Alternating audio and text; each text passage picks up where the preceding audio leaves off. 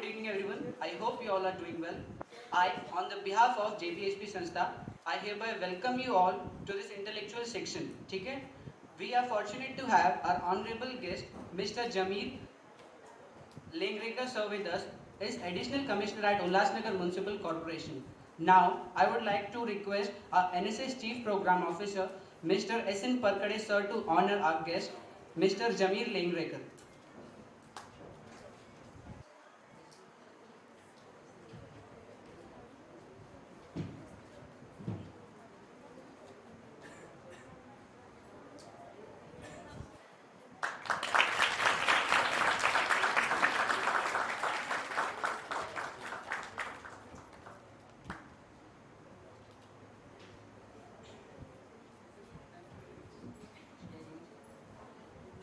And now I would like to request my co-host to introduce our guest.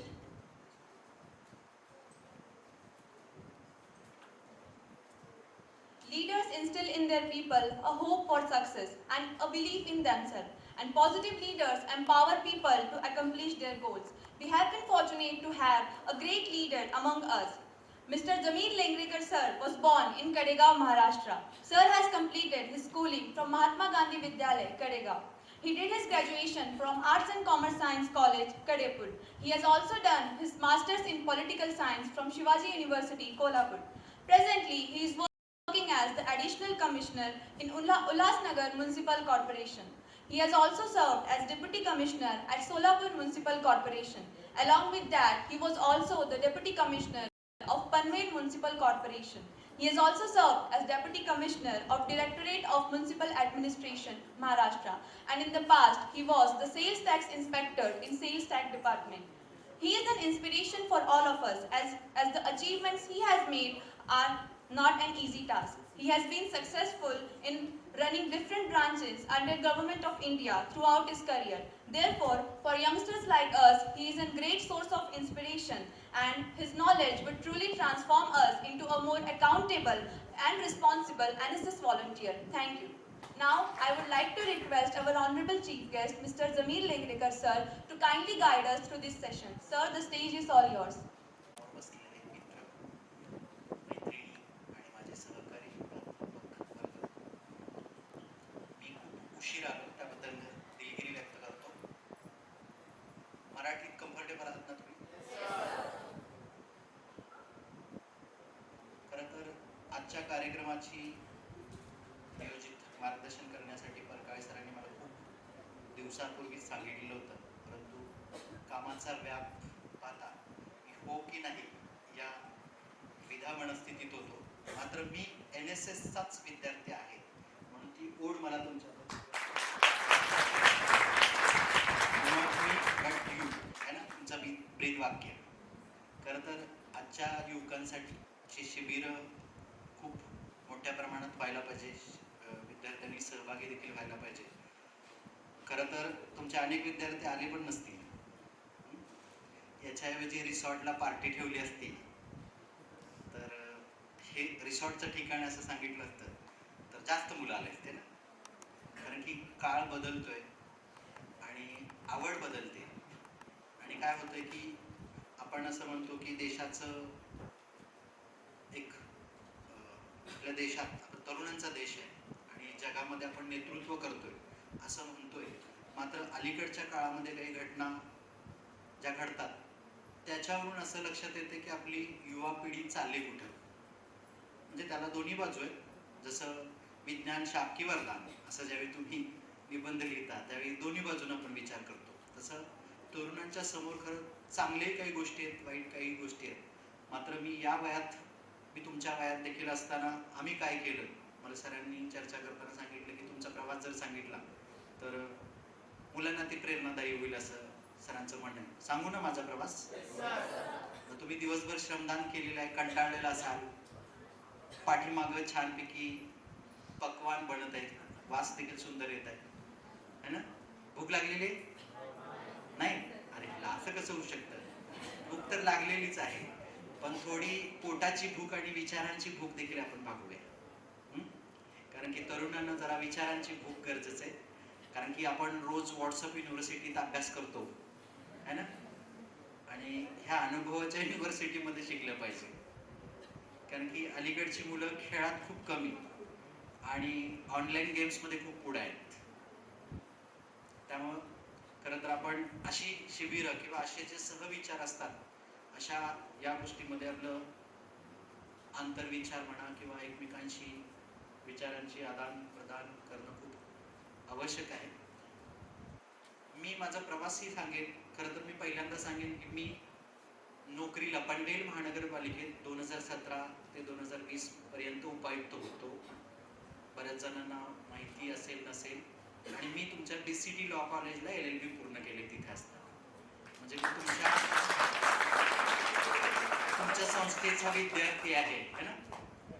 म्हणजे मी तुमच्यातलाच आहे हे सांगायला काय हरकत नाही. माझी ओळख करून देताना त्यांनी तशी ओळख फेसबुकवरून माहिती काढली असेल. खरं तर अनेक तरुणांना आयुष्यात करायचं काय याची दिशा नसते आणि आपण काय करतो, जवळ काय आहे ते बघून दिशा ठरवतो आहे ना. आता तुम्ही गाडी चालवली, आता रात्रीच्या वेळी प्रवास करत असताना गाडीचा फोकस किंवा लाईट कुठपर्यंत पडते तेवढं बघत बघत आपण अंतर कापत असतो का. खूप 100 किलोमीटर लांबचं दिसतं आपल्याला नाही. आपलं आयुष्य असंच असतं. मात्र ज्या पद्धतीनं गाडीच्या लाईट्स समोर पडतात आणि तेवढा रस्ता आपण कापत जातो, तसंच आपल्या डोळ्याचे म्हणजे आपले विचार, डोळे म्हणजे हे नाही, आपली पंच इंद्रिय सगळी ही जर व्यवस्थित आपण ठेवली आणि व्यवस्थित विचार केला, व्यवस्थित वर्तन केलं तर आपल्या आयुष्याचा प्रवास देखील चांगल्या रस्त्यावर होऊ शकतो. बरोबर ना. पण बऱ्याच वेळा काय होतं की रस्त्यात मोबाईलची टॉर्च सुरू करून रस्त्यात कुणीतरी ठेवलेला असेल, पैसे कुणीतरी टाकलेले असेल, मग आपल्याला आमिष दिसतात ती है ना. अशी आमिष रस्त्यात अनेक सापडतात. मग आपण थांबलो की अचानक चोर येतात, अडवतात, लुटतात. हे मी गाडीचं उदाहरण का देतोय, मी अंधारातून आता येताना तसा विचार करत होतो. तसं आयुष्यात सुद्धा अशी आमिष येतात आपल्या आणि ती तर कॉलेजच्या जीवनामध्ये खूपच येतात. अरे ही जवानी किंवा हे दिवस थोडी परत येणार आहेत असा विचार करतो आणि आपण चुका करतो. आणि ह्या जर चुका टाळल्या तर आयुष्य खूप म्हणजे आपण कॉलेजच्या वयामध्ये मित्रांसोबत सवंगड्यांसोबत आनंदाचे क्षण घालवले पाहिजे. आनंद खेळातून, वेगवेगळ्या स्पर्धातून, चर्चातून मिळवलंच पाहिजे. परंतु आपण त्याची एक मर्यादा आखली पाहिजे. त्या मर्यादेत राहून आपलं वर्तन केलं पाहिजे. माझ्या प्रवासाच्या बाबतीत जर सांगायचं म्हटलं तर माझा प्रवास म्हणजे खूप वेगवेगळ्या वळणावरून शेवटी माझं जे अंतिम ध्येय होतं तर त्या ध्येयापर्यंत पोहोचलेलो होतो. अनेक मुलांना सुद्धा आपण करायचं काय हे 12वी पर्यंत कळत नसतं. आपण आपले लहानपणी आपले आई वडील, आपले सहकारी किंवा जवळचे कोणी तर सांगतात आणि पूर्वी म्हणत होते की डॉक्टर, इंजिनियर हे दोनच पेशे किंवा व्यवसाय होते की याच्यामध्ये यशस्वी असं लेबल लावलं. आता त्याच्यामध्ये खूप मोठं क्षेत्र आहे. IT मध्ये आहे किंवा आता डेटा अनालिटिक्स मध्ये खूप म्हणजे मोठ्या प्रमाणात करिअरची क्षेत्र उपलब्ध आहेत. एक फोन ऑफिसचा घेतो.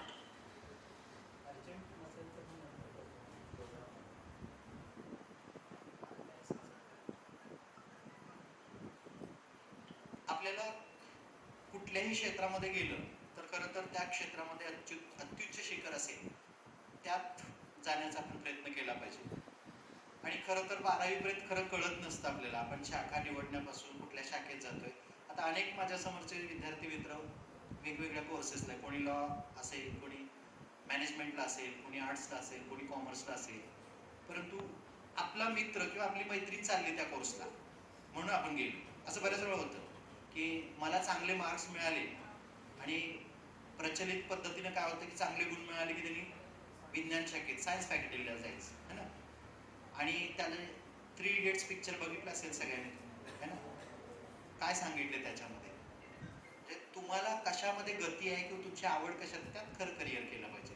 पण काय होतं की सामाजिक दबाव खूप मोठा असतो आणि आपण एवढे स्वतंत्र नसतो, आर्थिकदृष्ट्याही नसतो आणि निर्णय घेण्याइतपत देखील नसतो.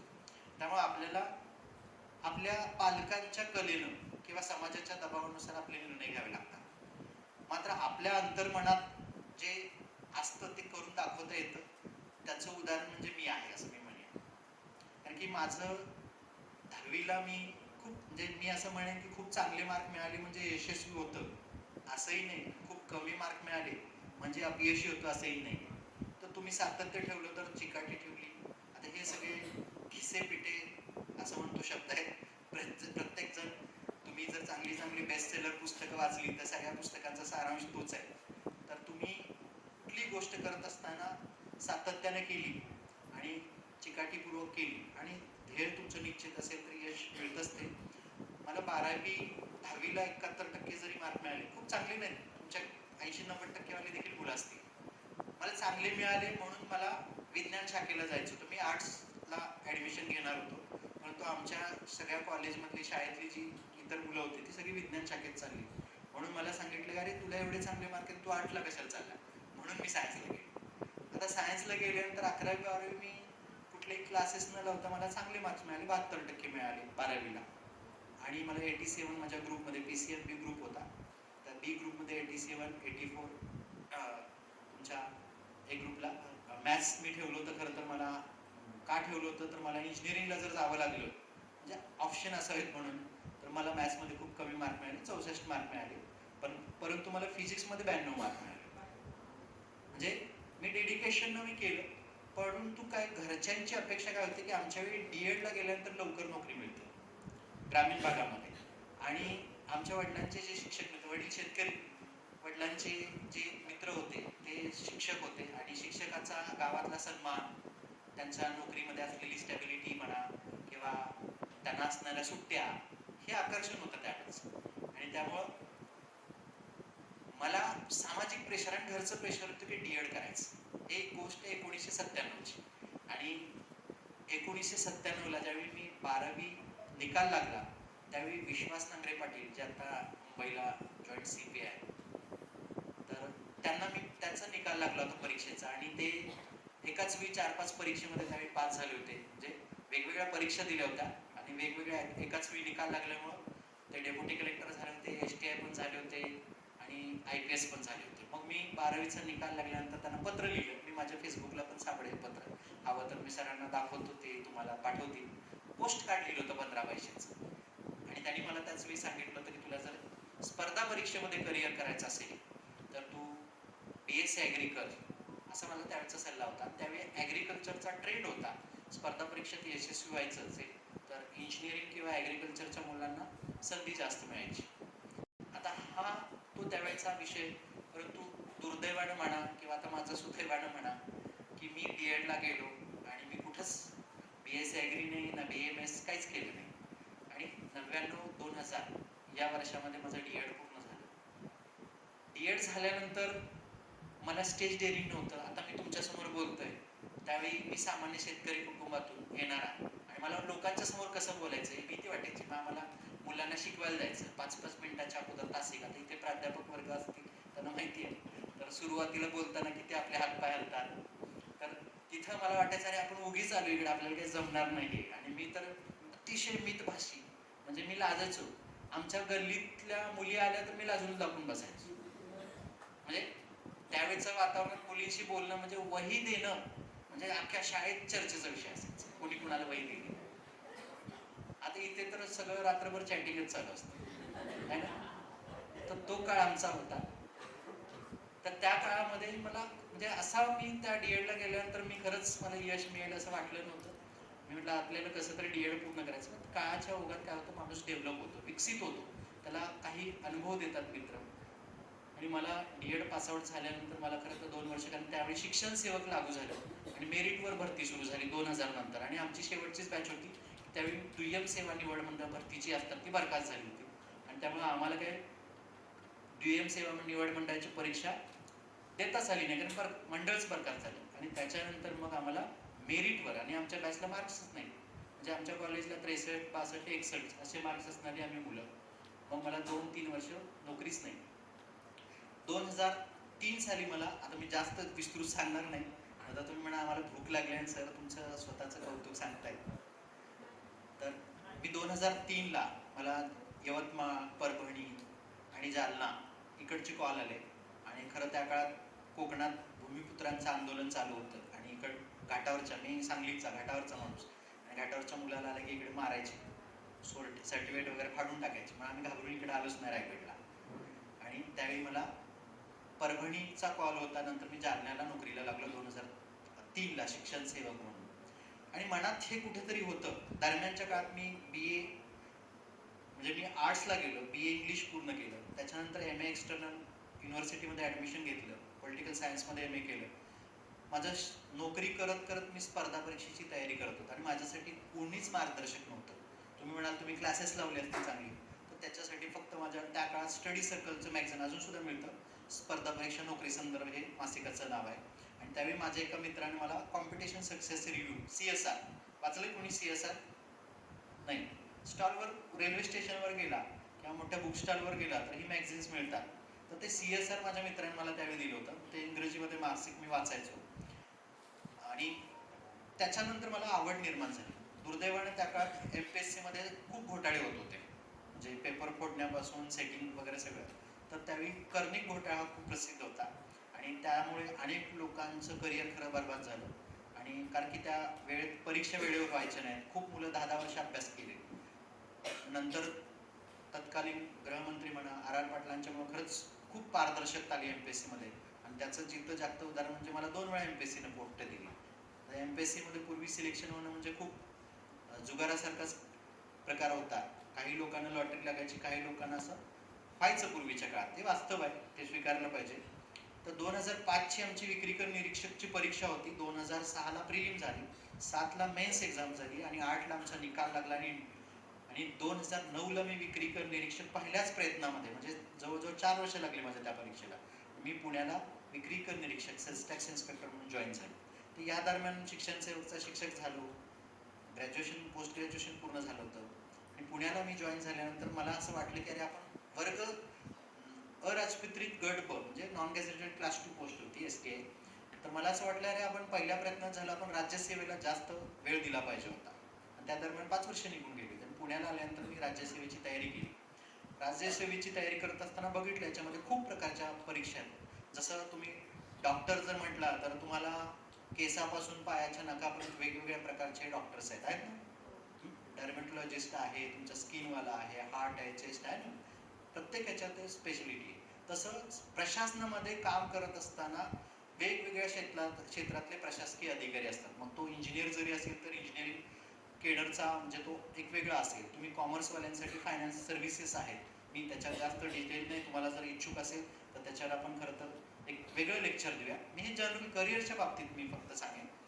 तर मी तिथे आल्यानंतर मला खूप वाटलं की अरे आपल्यासारखे आपण तर खूप कमी, 300 माझ्यासारखे इन्स्पेक्टर होते पुण्याला आणि वेगवेगळ्या प्रकारचे वर्ग म्हणजे त्याच्यावरच्या पदावरचे खूप अधिकारी होते. म्हणून मी राज्यसेवेची तयारी पुन्हा सुरू केली.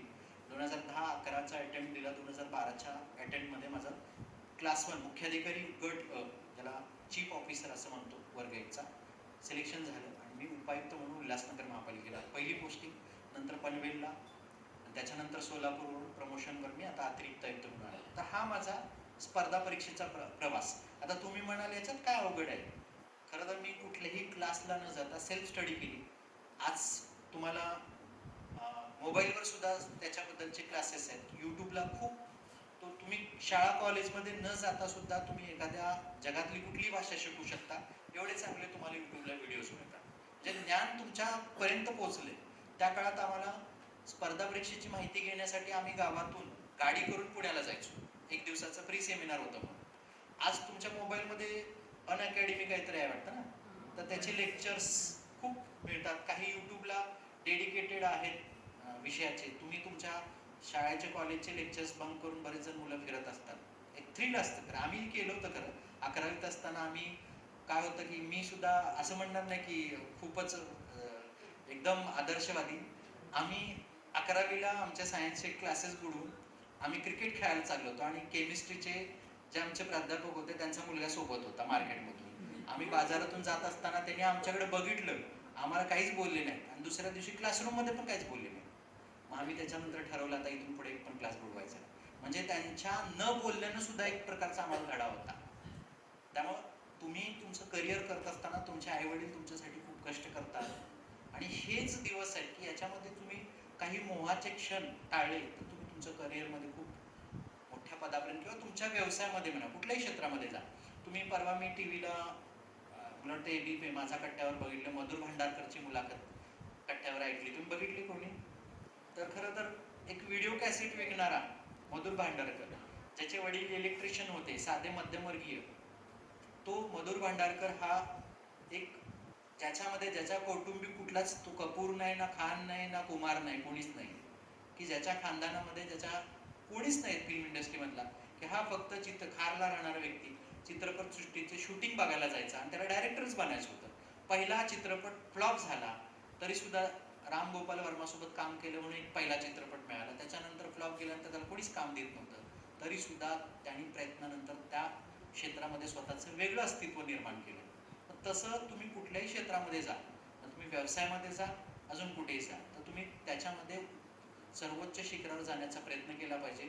मी प्रशासनात यायचं माझं स्वप्न कधी होतं 1997 सालचं, पूर्ण कधी झालं 2009ला मी प्रत्यक्ष रुजू झालो. पण मला तिथं स्वस्त बसू शकलो नाही. माझं दरम्यान 2007ला लग्न झालं होतं, माझी मुलगी होती. 2012ला ज्यावेळी माझं परीक्षा देत होतो, 2014ला मी जॉईन झालो नवीन क्लास 1च्या पोस्टवर, त्यावेळी माझी मुलगी 6 वर्षाची होती. मग मला सांगा, माझं वैवाहिक जीवन असताना सुद्धा, कौटुंबिक जबाबदारी असताना सुद्धा मी सिलेक्शन होऊ शकतं. तर तुम्ही तर तुमचे बॅचलर आहात, तुमच्याकडे कुठल्याच जबाबदारी नाही. त्यामुळं परिस्थितीला किंवा आपल्या सभोवताली असलेली परिस्थिती म्हणा, कौटुंबिक काही अडचणी असतात, याला कुठलाही दोष न देता आपण खरंच यश मिळवू शकतो. आणि यश मिळवत असताना तुम्ही हे क्रायटेरिया नाही की तुम्हाला किती मार्क पाडले पाहिजेत, तुम्हाला पुस्तकी ज्ञान किती आहे याच्यापेक्षा व्यावहारिक ज्ञानाला देखील तेवढीच किंमत आहे, त्याच्यापेक्षा किंबहुना जास्त आहे. त्यामुळे हे व्यावहारिक ज्ञान अनुभवातूनच मिळत जातं. आणि माझ्या आयुष्यामध्ये जर बदल झाला असेल तर तो माझ्या मित्रांमुळे झाला, मी असं सांगेन. कारण की माझ्या कुटुंबामध्ये कुठल्याही प्रकारचा शैक्षणिक वारसा नव्हता. आणि मी ज्यावेळी म्हणजे शाळेमध्ये होतो त्यावेळी माझे हुशार मित्र, म्हणजे माझ्या वर्गातले जे मित्र आहेत, तर त्यांच्या घरी आम्ही अभ्यासाला जायचो. आमच्या घरी कोणीच अभ्यास करत नव्हतं आणि फक्त आम्ही शाळेत जे शिकवेल तेवढंच अभ्यास करायचो. कुठल्याही प्रकारचे गाईड आम्हाला मिळत नव्हते, तर आम्ही सेकंड हँड पुस्तकाची 50% सवलतीत घ्यायचो. तर असा अभ्यास आम्ही केला. तर मी म्हणेन की ही परिस्थिती सगळ्यांची नाही. आता सगळ्यांना बऱ्यापैकी आर्थिक सुबत्ता खूप वाढलेली आहे. मागच्या 20-22 वर्षामध्ये बऱ्यापैकी खूप चांगली परिस्थिती झालेली आहे. आणि पूर्वीच्या काळात अल्प उत्पन्न गटातील लोक आता बऱ्यापैकी मध्यमवर्गीय झाले. त्यामुळे आता त्या पण कारणं नाहीत आपल्याकडे भरपूर काय आहे. प्रत्येकाच्या मोबाईलमध्ये किमान 2 GB डेटा आहे, नाही? त्याच्यापेक्षा कमी पॅकवाला कोण आहे त्याच्यात सांगा? 2 GB पेक्षा किमान 15,000चा तर मोबाईल आहे प्रत्येकाकडे. मोबाईल नसलेलं कोण आहे सांगा? मोबाईल, अन्न, वस्त्र, निवारा आणि मोबाईल ही चौथी गरज आहे ना आता. तर हे 15,000च्या वरचे मोबाईल आहे. म्हणजे तुम्ही जर विचार केला तर जो नवीन श्रीमंत होतो तो आयफोन घेतो, जो खरंच वारशानं श्रीमंत असतो त्याच्याकडे साधाच फोन असतो. साधा म्हणजे सॅमसंग असेल, ऑप्पो असेल. तर बरेच जण श्रीमंती दाखवण्यासाठी आयफोन घेत असतात. तर आपल्याला साधनं किती महत्वाची आहेत आणि साध्य काय, तर या गोष्टीवर लक्ष दिलं पाहिजे. आणि प्रतिष्ठेसाठी काही गोष्टी न करता आपण आपल्या करिअरसाठी काही गोष्टीवर लक्ष दिलं पाहिजे. आणि हे जे वय आणि ह्या वयात जे मित्र जोडले जातात ते आयुष्यभर राहतात. तर मला हे जे मित्र मिळाले, ते शाळेचे असतील, कॉलेजचे असतील आणि स्पर्धा परीक्षेच्या दरम्यान माझ्यासोबत जे अभ्यास करणारे होते, तर आम्ही पुस्तकं देखील झेरॉक्स कडून वापरायचो. कारण पुस्तकाची किंमत 400-500 रुपये व्हायची. आता तर व्हॉट्सअपवर PDF मिळते. त्या काळात व्हॉट्सअप नव्हतं, म्हणजे मागच्या 2014 पूर्वी खूप मर्यादित लोकांच्याकडे सोशल मीडिया होता. त्याच्यानंतर अँड्रॉइड फोन जसे प्रचलित झाले तसं अनेकांना खूप सवलत मिळाल्या. तर आम्ही पुण्यामधून झेरॉक्स काढून आणायचो. 50 पैसे किंवा 40 पैशाला झेरॉक्स मिळायचे. तर जे 400-500 रुपयाचं पुस्तक आम्हाला 125 रुपयात मिळायचं आणि ते शेअर करून वाचायचं. तर हे मित्रांच्या मुळे. आता अलीकडं तसं होत नाही. मला माझ्याकडे जे काय आहे, कारण न्यूक्लियस फॅमिली आणि स्वार्थ केंद्रित खूप विचार वाढला आणि मला जे माहिती आहे मी तो दुसऱ्याला देणार ना, अशी एक स्वार्थी प्रवृत्ती अलीकडे जास्त बळावत आहे. आणि त्यामुळे होतं काय की आपलाही विकास होत नाही आणि आपल्या सहकाऱ्यांचाही होत नाही. तर हे NSS मध्ये एकत्र येण्याचा उद्देशच आहे की तुम्ही एकमेकांना सहकार्य केलं, समाजाप्रती तुमची जे उत्तरदायित्व आहे ते या अशा शिबिरांमधून आपल्याला शिकवलं जातं, अनुभवातून शिकवलं जातं. तर त्या अनुभवातून शिकण्याचं हे वय आहे आणि याच्यातून खूप चांगले अनुभव घेतले पाहिजे. मी माझा प्रवास सांगितला, कारण प्रशासकीय सेवेत देखील ज्यांना येण्यास इच्छुक आहेत तर त्याच्यासाठी खरं तर मी वेगळं मार्गदर्शन करेन. प्रशासनात आल्यानंतर खूप चांगले अनुभव येतात. आता चांगले आणि वाईट अनुभव पाणीपुरी खाताना सुद्धा येतोच की काय. एखाद्याची पाणीपुरी चांगली वाटते, एखाद्याची अजिबात वाटत नाही है ना. कुठे हॉटेलमध्ये तुम्ही चांगले वाईट अनुभव रोजच मिळत असतात आपल्या आयुष्यात. त्यामुळं आपण असं म्हटलं नाही पाहिजे की मला हाच चांगला अनुभव होतो. त्या अनुभवातून आपण शिकायला पाहिजे. तर तुम्ही ज्या क्षेत्रात जाल तिथं चांगलं काम करण्याची संधी आपोआप मिळते. तर मी माझ्या प्रशासकीय सेवेत काम करत असताना आता मला त्याच्यासाठी पगार मिळतो. मी असं म्हणणार नाही की मी संत गाडगेबाबा, आगरकर, टिळक, फुले यांच्यासारखी मी माझ्या कौटुंबिक म्हणजे कुटुंबावर घरावर तुळशीपत्र ठेवणे असं ठेवून काय आलं नाही. तर मी प्रशासकीय सेवेत आल्यानंतर खरं त्याच्यासाठी खूप चांगला पगार मिळतो आणि त्या पगाराचं उत्तरदायित्व म्हणजे समाजाप्रती खूप चांगलं काम करता येतं. तो करण्याचा मी प्रयत्न करतो. मी पगारी समाजसेवक आहे. ही एकदा मी मनात गोष्ट ठेवली की मला कधी अडचणी नाही आल्या आणि काम करताना खूप सोपेपणा मिळाला. आणि मी उल्हासनगरच्या पहिल्या पोस्टिंगमध्ये असताना आम्ही डॉक्टर बाबासाहेब आंबेडकर अभ्यासिका आम्ही निर्माण केली. आज तिथं 400 मुलं अभ्यास करतात. गेल्या वर्षी एक मुलगा UPSCला पास झाला. अशी एक जवळजवळ 20-25 मुलं तिथं दरवर्षी सिलेक्शन होतात. तर हे मी प्रशासनात आल्यानंतर मला ज्या गोष्टी मिळाल्या नाहीत त्या समाजाप्रती करता आल्या. इथे सुद्धा पनवेलमध्ये एक अभ्यासिका आहे. ती अभ्यासिका मी नाही केली, पूर्वीच्याच नेते मंडळींनी केली. मात्र तिथं सुविधा देण्यासाठी मी आग्रहाने पुढाकार घेतला आणि तिथं स्पर्धा परीक्षेचं मी बरेचसे उपक्रम राबवले. आता तुम्ही म्हणाल याच्यात नाविन्य काय? तर नाविन्य काय नाही. अनेक वेळा काय होतं की बऱ्याचशा गोष्टी आपल्याला माहिती नसतात आणि वेळ टळून गेल्यानंतर ती गोष्ट माहीत झाल्यानंतर त्याचा काहीच उपयोग होत नाही. त्यामुळं करिअर करत असताना आपल्या आयुष्यातलं महत्त्वाचं करिअर आहे, तर ते करत असताना एखादी वेळ निघून गेल्यानंतर आपल्याला पुन्हा ती वेळ येत नाही. तर अलीकडं 8,000 स्पर्धांची म्हणजे भरतीची जाहिरात निघालेली आहे. तर त्याच्यामध्ये क्लेरिकल असतील, इन्स्पेक्टर असतील, तर तुमच्याकडे जे मुलं ग्रॅज्युएट झालेले आहेत तर त्या ग्रॅज्युएट झालेल्या किंवा तुमचे माजी विद्यार्थी असतील तर यांच्यापर्यंत खरं या जाहिराती पोहोचवल्या तर तुमच्याच कॉलेजचे विद्यार्थी वेगवेगळ्या क्षेत्रात चमकतील. तर शिकत असताना पर्यायानं विद्यार्थ्यांनी नोकरी केली पाहिजे. मी माझा एक अनुभव सांगायचा राहिला की मी काम करत म्हणजे मी ज्यावेळी कॉलेज करत होतो तर ते कॉलेज करत असताना मी क्लासेस घ्यायचो. म्हणजे 2000 साली ज्यावेळी 99 साली पासआउट झालो, एकच वर्ष रेग्युलर कॉलेज केलं. 2001 नंतर मी 5वी ते 10वीच्या मुलांना क्लासेस सुरू केले माझ्या मित्राच्या सोबत. आणि माझ्या क्लासला आम्ही 20 मुलांच्या पासून सुरुवात केल्यानंतर ती जवळजवळ 550 मुलं आमच्या क्लासला येत होती. आणि आम्ही नंतर 12वीचे क्लासेस सुरू केले, रिपीटर बॅचेस वगैरे. आज माझे विद्यार्थी स्पर्धा परीक्षेत यशस्वी व्हायला लागले. म्हणजे मी जे शिकवलेली मुलं, तर मी त्यावेळी साधारणपणे 21-22 वर्षाचा होतो. मला 23व्या वर्षी नोकरी लागली आणि त्यावेळी मला सर जे म्हणायचे, मुलं जे आदर द्यायचे आणि मला दर शिक्षक दिनाच्या दिवशी मला आवर्जून फोन करून मला भेटायला येणार आहे. तर सगळ्यात सन्मानाचं जे पेशा असेल तर तो शिक्षकाचा पेशा आहे. आणि आज देखील मी गावी गेल्यानंतर मी अधिकारी साहेबपेक्षा मला सर म्हणून मला जे भेटायला येतात त्याच्यात खूप मोठा सन्मान वाटतो. तर मी ते क्लासेस केले. त्या क्लासेस करत करत मी काही निबंध स्पर्धा किंवा राज्यस्तरीय स्पर्धामध्ये सहभागी झालो. आणि त्याच्यातून मला मिळालेली सायकल असेल त्या सायकलवरून कॉलेजला जायचो, पुस्तकं घ्यायचो. क्लासेसमधून मला दर महिन्याला साधारणपणे 2.5 आणि नंतर 3-3.5 हजारपर्यंत दर महिना मला मिळायचे. आणि 50% ग्रामीण भागात मुलं फी भरत नाहीत, 50% फी बुडायची आमची. तरी देखील आम्हाला मी ते स्वावलंबी, खरं तर माझं शिक्षण हे रयत शिक्षण संस्थेत झालेलं आहे. त्यामुळे स्वावलंबी शिक्षण हेच आमचे ब्रीद. म्हणून मी हा तुम्हाला संदेश का देतोय की अनेक मुलं घरी पॉकेट मनीवर अवलंबून असतात. आपल्या आई वडिलांच्याकडून पॉकेट मनी घेतात आणि पॉकेट मनी दिला नाही म्हणून भांडण काढतात. तर की आपल्या मित्रमैत्रिणीशी तुलना करतात की हिच्याकडे हिचे पप्पा एवढे एवढे पॉकेट मनी देतो पण मला का देत नाही, यांचे वडील एवढे देतात. तर खरं तर तुम्ही ज्यावेळी 18 वर्षाचे पूर्ण होता, अमेरिकेमध्ये 18 वर्षानंतर काय होतं तुम्हाला माहिती आहे, आई वडील मुलांना सेपरेट करतात. तर तुम्ही आई वडिलांच्या पासून वेगळं राहून कष्ट केलं पाहिजे, वेगवेगळ्या ठिकाणी संधी मिळतात आणि त्या कमाईतून तुमचं शिक्षण केलं पाहिजे. म्हणजे तुमच्या कुटुंबावर भार देखील राहणार नाही. आणि कोरोना नंतरच्या परिस्थितीत जर पाहिलं तर खरंच समाजामध्ये खूप वाईट परिस्थिती निर्माण झालेली आहे. आपले आई वडील खूप मोठ्या कष्टानं, अनेक लोक खाजगी नोकऱ्या करतात. आता याच्यामध्ये सरकारी नोकरीत किती लोक आहेत, कुणाचे वडील शासकीय सेवेत आहेत, हात वर करा बरं मला. 1 2 3 4 5 6, खूप कमी आहे बघा. पर्सेंटेज मध्ये म्हटलं तर आपण किती म्हणू, 2% 3% आहे ना. तसंही 2-3%च लोकांचे आहे, म्हणजे ज्यांचा ॲश्युअर्ड पेमेंट असतं, दर महिन्याला फिक्स पगार येणारा. व्यवसायामध्ये फिक्स पगार आहे का? अचानक लॉकडाऊन लागलं तर, लॉकडाऊन अनुभवलं ना तुम्ही, अनेक लोकांचे रोजगार गेले. जी बचत होती ती सगळी बचत लोक लोकांनी खर्च केली, अनेक चांगले चांगले उद्योग व्यवसाय बंद पडले, तर ही वेळ कधी येऊ शकते? म्हणजे जर दर 100 वर्षातून मोठ्या मोठ्या साथीचे रोग आलेले, तुम्ही इतिहास जर बघितला तर प्लेगची साथ महाराष्ट्रात आली 1899 आहे ना, तर असे साथीचे रोग येत असतात. अलीकडे विज्ञानामध्ये खूप मोठी प्रगती झाल्यामुळे त्याच्या आपण करतो उपाययोजना, परंतु भविष्यात काय होईल सांगता येत नाही. त्यामुळे खरं तर आपण तयारीत राहिलं पाहिजे.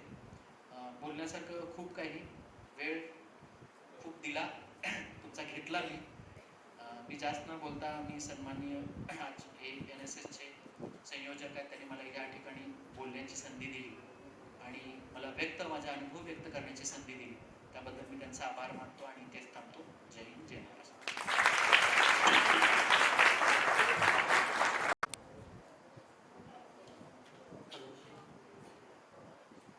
Now, I would like to thank Mr. Jamil Lingrekar sir to enlightening with all his information and knowledge. Okay?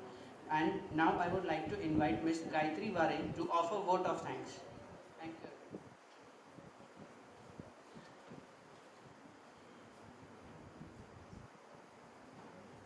Good evening, everyone.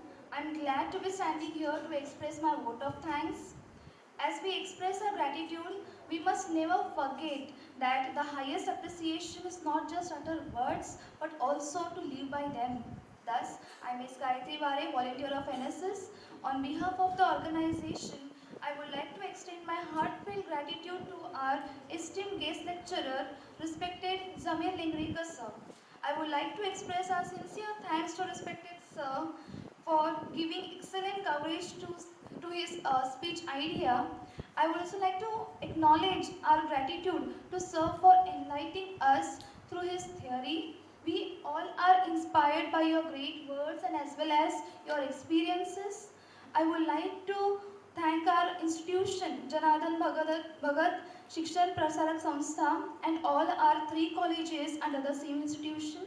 Changukana Thakur College of Arts, Science and Commerce, Autonomous Khanda Colony, Ramshet Thakur College of Commerce and Science, Khargar, and Bhagubai Jangu Thakur College of Law, New Panvel, and principals and NSS program officers of the same colleges, without whom this event would not have been successful.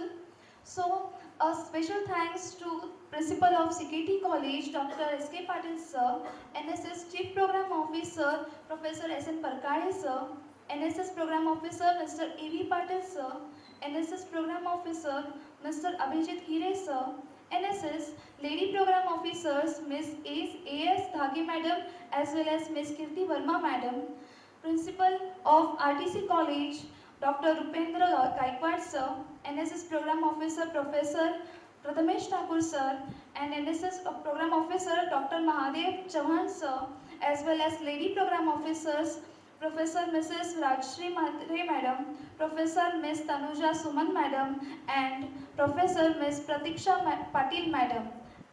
Last but not the least, Principal of VCT Law College, Mrs. Dhanashri Kadam Madam, NSS Chief Program Officer, Assistant Professor Raghav Sharma Sir, and NSS Lady Program Officer, Assistant Professor Saili Ranade Madam. Lastly, I would like to thank everybody who have been backbone of this session. Let's have a round of applause. Thank you very much. Thank you very much, sir.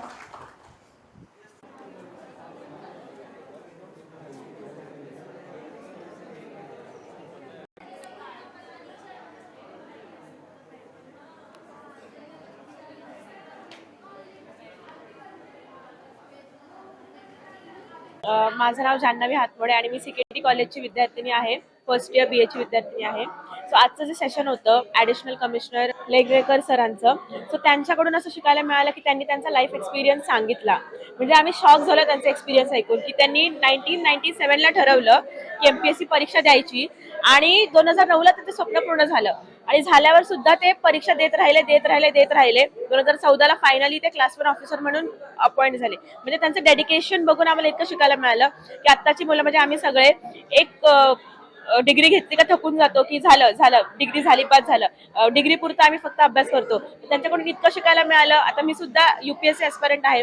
मला इतकं छान वाटलं त्यांचं session ऐकून की खूप energy आली, खूप मोटिवेशन मिळालं की आपण कसं आपल्या अभ्यासाशी किंवा आपल्याला जे करिअर आहे डेडिकेटेड राहायचं आणि कुठल्याही प्रकारच्या प्रतिष्ठेसाठी काम करण्यापेक्षा आपल्याकडे जे राईट्स आहेत, जे आपल्याला पॉवर्स मिळतात त्या पर्टिक्युलर पोस्टवर काम करून त्या राईट्सचा आपण योग्य वापर कसा करू शकतो, ज्यांना खरंच गरज आहे त्यांच्यासाठी, हे त्यांनी आम्हाला सांगितलं. ओव्हरऑल एक्सपिरियन्स त्यांच्याबद्दल असा होता की त्यांचं जे डेडिकेशन आहे त्याच्यामुळे आम्हाला इन्स्पिरेशन मिळालं. थँक्यू. माझं नाव प्रेरणा प्रमोद गायकवाड. मी BCT college of law new पनवेलमध्ये शिकते आहे. आजचं जे सेशन झालं जे जमीर सरांनी दिलेलं आहे तर त्याच्यामधला मला जो खूप महत्त्वाचा पॉईंट आवडला तो म्हणजे वेळ.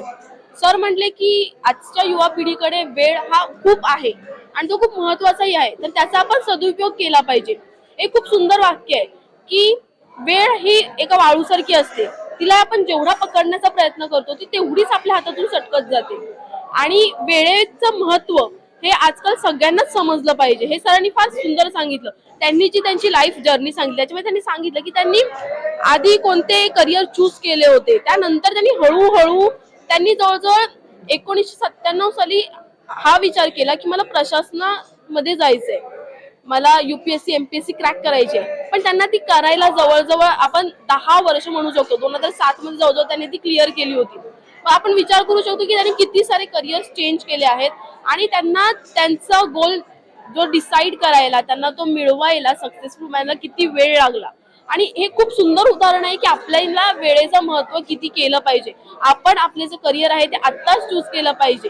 आधीच्या सेशन्स मध्ये सांगितलं आहे की आपल्याकडे प्लॅन A, प्लॅन B हे सगळे रेडी असले पाहिजेत आणि आत्ताचा जो वेळ आहे तो आपण व्हॉट्सअप, फेसबुक यामध्ये इन्व्हेस्ट करण्यापेक्षा तोच आपण लायब्ररीमध्ये थोडा वेळ घालवला.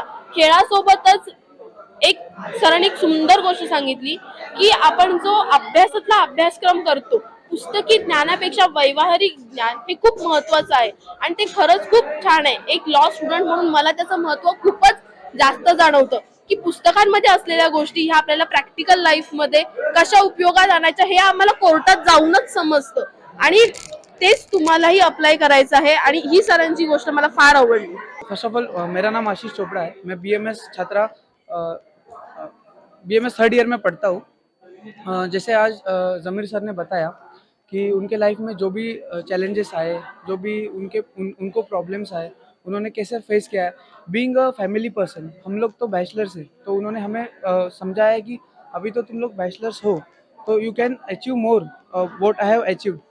तो काफ़ी मोटिवेशनल था उनका सेशन एंड अच्छा लगा. वो यहाँ पर आए, हमें टाइम दिया और काफ़ी चीज़ें सीखने मिली, जैसे कि कैसे डेली रूटीन को चेंज किया जाए, कौन से चीज़ों को प्रायोरिटाइज करना चाहिए, कौन से चीज़ों को नहीं करना चाहिए. एंड जैसे कि सर ने बताया कि हमारे लाइफ में सबसे ज़रूरी होते हैं हमारे फ्रेंड्स, तो हमें हमारे फ्रेंड्स काफ़ी वाइजली चूज़ करना चाहिए क्योंकि वही हमारा कहीं ना कहीं पे हमारा फ्यूचर डिसाइड करते हैं. जैसे हमारा फ्रेंड सर्कल रहेगा, जैसे हमारा आस पड़ोस रहेगा, हम वैसे ही बनते जाते हैं. तो काफ़ी मुझे अच्छा लगा सर का सेशन अटेंड करके. आई होप कि उनसे मिलने का फिर से मुझे मौका मिलेगा. थँक्यू. आजचा सेशन म्हणजे आजचे ते सेशनचे आज प्रमुख पाहुणे होते Zameer sir, the commissioner of municipal corporation of Ulhasnagar. त्याने आम्हाला सांगितलं की म्हणजे आपला सक्सेससाठी आपण ग्रीडीनेस कशी पाहिजे. आपल्याला लालच हा खूप म्हणजे चांगला एस्पेक्ट पण आहे, वाईट पण आहे. Think it is in positive way and negative way. आपल्या लाईफमध्ये जे आपल्या नेगेटिव्ह आणि पॉझिटिव्ह इन्सिडेंट आपल्या घडतात, आपण बोथ वेने आपण ते बघायला पाहिजे. नेगेटिव्ह आहे ते एक्सेप्ट करा, एक्सेप्ट नाही करू शकले तर त्याचे वर्क करा आणि ते कसं तुम्ही पॉझिटिव्हमध्ये टर्न करता, नेगेटिव्हमध्ये तुम्ही पॉझिटिव्ह कसं काय उचलता, हा सर आपल्याला सांगितलं. तुम्ही तुमच्या याच्यासाठी गोलसाठी ग्रीडीनेस व्हा, लालची व्हा. तुम्ही तुमचा गोलवर पुन्हा फोकस करा. तुमचा टाइम आहे, time is the important asset of our life. टाइमला ती व्हॅल्यू द्या. एकदा सगळ्या गोष्टी परत येऊ शकतात, पण टाइम हा तो पिरियड आहे, यूथ जो आपला युवा पिढीचा पिरियड आहे, टाइम आहे, तो परत येऊ शकत नाही. तर आपण आपल्या टाइमला कसं आपण युटिलाइज करतो, आपल्या स्टडीजसाठी, आपल्या इन्फॉर्मेशनसाठी, आपल्या जनरल नॉलेजसाठी, ते आपल्या सरांनी सांगितलं. तर तुम्ही कसा फोकस करा तुमच्या स्टडीजवर, तुम्हाला काय बेनिफिट्स आहेत. आज तुमचा जो टाइम नीट युटिलाइज केला तर तुम्हाला पुढे तुमचा काय बेनिफिट, एक बेटर लाईफ आपल्याला भेटू शकते. कॉलेजमध्ये जातो आपण असं फक्त आज आपण मजा मस्ती टिंगल केली पाहिजे. आपण NSSला आलो, आज आपण सगळे प्रकारचे आपण हे करतो. सर पण NSS कॅम्पचा हिस्सा होते त्यांच्या स्टडिंग पिरियडमध्ये. त्याही म्हणजे जे आम्ही कॉलेजला रिप्रेझेंट करतो, भागुभाई चंगा Thakur BCT college of law, ते त्याच कॉलेजमध्ये ते LLB त्यांची कंप्लीट केली 3 इयर्सची. ते सांगते आम्हाला का आपण आपला मस्ती आणि जी लाईफ आहे ती त्याच्याबरोबर आपण जर आपला अभ्यासमध्ये जर न्यूट्रल ठेवलं तर आपण आपल्या लाईफमध्ये एक चांगले मुकाम आपण हासिल करू शकतो, एक समाज आपलं चांगलं नाव होऊ शकतो. मैम मेरा नाम संजय नारायण साहू है। मैंने ज़मीर लेंगे सर जो बता रहे थे उसको मैंने ध्यान से सुना। उसमें से मुझे ये अच्छा लगा कि अपना एक्सपीरियंस जो अनुभव है उससे हम लोग क्या क्या सीख सकते हैं। अच्छा अनुभव से हम लोग बहुत चीज़ अच्छा ही कर सकते हैं और बुरा भी से कुछ सीख सकते हैं। बुरा जो अनुभव मिलता है उससे कुछ गलतियाँ निकल सकती है, उसको कैसे सुधार सकते हैं ये भी हम लोगों ने इस सर से सीखा। और एक एक्सपीरियंस का एक माध्यम बताया सर ने कि अनुभव से हर चीज़ सीखा जा सकता है। और सर ने दोस्तों का जो बताया, दोस्त काफ़ी अच्छे बनाने चाहिए। मतलब अच्छे दोस्तों की संगत से बहुत आगे बढ़ा जा सकते हैं। बुरी संगत लगाएंगे तो मतलब आदमी नीचे चला जाता है और अच्छी संगत से आदमी बढ़ता है। यही भावना मुझे सबसे अच्छी लगी। मतलब ये सर के जो सिद्धांत थे वही अच्छे लगे, बाकी सब ठीक। मैं CKT कॉलेज का एक विद्यार्थी हूँ, SYBA का। My name is Pragati Mishra and I am from Ramshi Thakur College of Commerce, Science and Arts. Commerce and Science, and I am from FIIT. So basically, sir has given us a good lecture and lecture मतलब ये नहीं बोल सकते कि उन्होंने बहुत बताया, but उन्होंने अपनी जर्नी इन शॉर्ट बताई। एंड जर्नी में ये बहुत कुछ सीखने को मिला। पहले तो उन्होंने पीयर प्रेशर के बारे में बताया। वो उनको एक्चुअली आर्ट्स लेना था पर उनका परसेंटेज ज़्यादा था, तो सब लोग ने उनको बोला कि आर्ट्स क्यों लेना है, साइंस लो। तो फिर सर पीयर प्रेशर की वजह से, उनकी फैमिली प्रेशर की वजह से साइंस लिए, जबकि उनका इंटरेस्ट नहीं था। तो पहले तो उन्होंने ये सिखाया है कि डोंट गो फॉर अदर्स, मतलब दूसरों के ओपिनियन से अपना करियर वेस्ट मत करो। जो आपको जहाँ इंटरेस्ट है वहाँ पे जाओ। एंड उन्होंने ये भी बताया कि कैसे फ्रेंडशिप उन्हें आगे तक लेके गई और कैसे उनको सबने सपोर्ट किया। एंड इवन उन्होंने ये भी बताया कि उन्होंने हमको MPSC कैसे उन्होंने क्रैक किया। पहले एग्ज़ाम्स कैसे होते थे, मतलब पहले मतलब बहुत सारे बच्चे 10-10 साल पढ़ते थे बट एग्ज़ाम्स नहीं होते थे। कुछ तो गवर्नमेंट का इशू था उस टाइम। तो उन्होंने ये भी बोला कि 10 साल बच्चे पढ़ रहे हैं, ट्राई कर रहे हैं, बट एग्ज़ाम्स नहीं हो रहे थे तो फेल हो जा रहे थे, जिसकी वजह से बहुत सारे लोग सुसाइड अटैम्प्ट भी किए। और तभी फार्मर्स का, एग्रीकल्चर का बहुत ट्रेंड चला था, तो उन्होंने ट्रेंड की वजह से एग्रीकल्चर लिया, जबकि उनका वो नहीं था, उनको सिविल सर्विसेज में जाना था। एंड लास्ट उनको वो ड्रीम मिल गया। तो उन्होंने यही बोला कि पीयर प्रेशर की वजह से अपना करियर डिस्ट्रॉय मत करो, क्योंकि एट लास्ट फ्रेंड्स आपके साथ नहीं रहेंगे, आप खुद रहोगे अपने साथ। ऐसा बताया था उन्होंने। मैं Ajay Yadav from BSc ID RDCCS college, Ramsheth Thakur college. Sir ने तो काफ़ी एक्सपीरियंसेस अपने बताए हैं, बट उनके 2-4 एक्सपीरियंसेस कमाल के थे। सर के एक एक्सपीरियंस ये था कि सर कह रहे थे कि ज़रूरी नहीं कि आपके परसेंटेज 70 हो, 80 हो, और 40% का बच्चा भी MPSC UPSC क्रैक कर सकता है। उन्होंने ये बताया कि उनके एक चैलेंजेस ऐसे थे कि उस टाइम 10-10 साल करने के बाद भी नहीं हो रहा था, और जब नौकरी उनकी आई, नौकरी का एग्ज़ाम का टाइम आया, तो उस साइड जा भी नहीं सकते थे क्योंकि उस टाइम स्ट्राइक चालू थी। अगर वो रायगढ़ साइड आते उनको मार दिया जाता। ऐसे एक्सपीरियंस सर ने अपने बताए। और सर ने ये भी बोला कि ये नहीं कि एकदम 70-80% वाले बच्चे तो मस्ती नहीं करते, वो मस्ती भी करते, बट एक लिमिट थी उनकी। वो उन्होंने बताया कि उन्होंने बंक भी मारा है कॉलेजेस वगैरह, छुट्टी की, यहाँ तक कि उनके केमिस्ट्री के सर का लड़का उनके साथ था। बट उन्होंने एक बात ये बोली कि जब केमिस्ट्री के सर के लड़के के साथ उनके सर ने उनको देखा, फिर भी कुछ ना बोला। तो एक तरीका से वो भी मैसेज था कि कुछ ना बोलते हुए बहुत कुछ बोल दिया उन्होंने। और सर बोल भी रहे थे जैसे कि अगर आपको भी MPSC UPSC क्रैक करना है तो ज़रूरी नहीं कि 40, आपके अंदर एक आग होनी चाहिए, हार्ड वर्क, पैशन होना चाहिए अपने उस करियर रिलेटेड सब्जेक्ट को लेके, ताकि तब आप कुछ ना कुछ कर सकते हैं। जैसे आप इंटरेस्ट आपका कहीं और पे है, आप ज़बरदस्ती माँ बाप के प्रेशर से उस पर कर रहे हैं, तो फिर कोई फ़ायदा नहीं, उसका कुछ नहीं हो सकता। आप उसमें कभी भी क्रैक नहीं कर सकते। सबके अलग अलग गुण हैं। ये ज़रूरी नहीं कि आप MPSC UPSC करो। आपके अंदर जो टैलेंट है, आपके अंदर जो हिडन टैलेंट है, उसको पहचानो। अगर सचिन तेंदुलकर को बॉलिंग करने दी होती तो सचिन तेंदुलकर आज कभी भी इतने बढ़िया बैट्समैन नहीं बन पाते। तो सर ने ऐसे बहुत सारे उदाहरण दिए, बट मुझे 2-3 उदाहरण उनके बहुत अच्छे लगे। Thank you Zameer sir.